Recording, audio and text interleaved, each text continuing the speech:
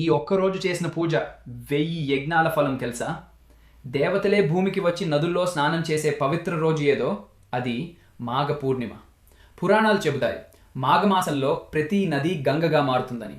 ప్రత్యేకంగా ఈ పూర్ణిమ నాడు నదీ స్నానం చేస్తే జన్మ జన్మల పాపాలు కరుగుతాయని. ఈ రోజున దేవతలు భూమికి వచ్చి నదుల్లో స్నానం చేస్తారని నమ్మకం. అందుకే మనుషులు కూడా శుద్ధ మనసుతో స్నానం చేసి దానం దీపారాధన చేస్తారు. ఒక సాధువు కథ ఉంది.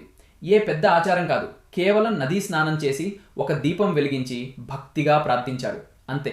జీవితంలోని కష్టాలు క్రమంగా తొలగిపోయాయి. అప్పుడే అర్థమైంది, ఆచారం కంటే భక్తి ముఖ్యం, ఖర్చు కంటే నమ్మకం గొప్పది. మాఘ పూర్ణిమ నాడు నదీ స్నానం, దానం, విష్ణు లేదా శివ పూజ చేస్తే 1000 యజ్ఞాల ఫలం లభిస్తుందని శాస్త్రాలు చెబుతాయి. మాఘ పూర్ణిమ శుభాకాంక్షలు నియమాల కోసం కాదు, నిజమైన భక్తితో దేవుడిని చేరుదాం.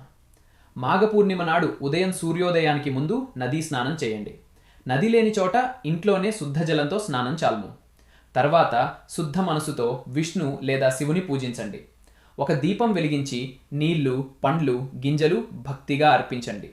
సాధ్యమైతే ఆహారం, బట్టలు లేదా ధాన్యం దానం చేయండి, అంతే. నియమాల కంటే భక్తితో చేసిన పూజే మాఘ పూర్ణిమ మహిమ.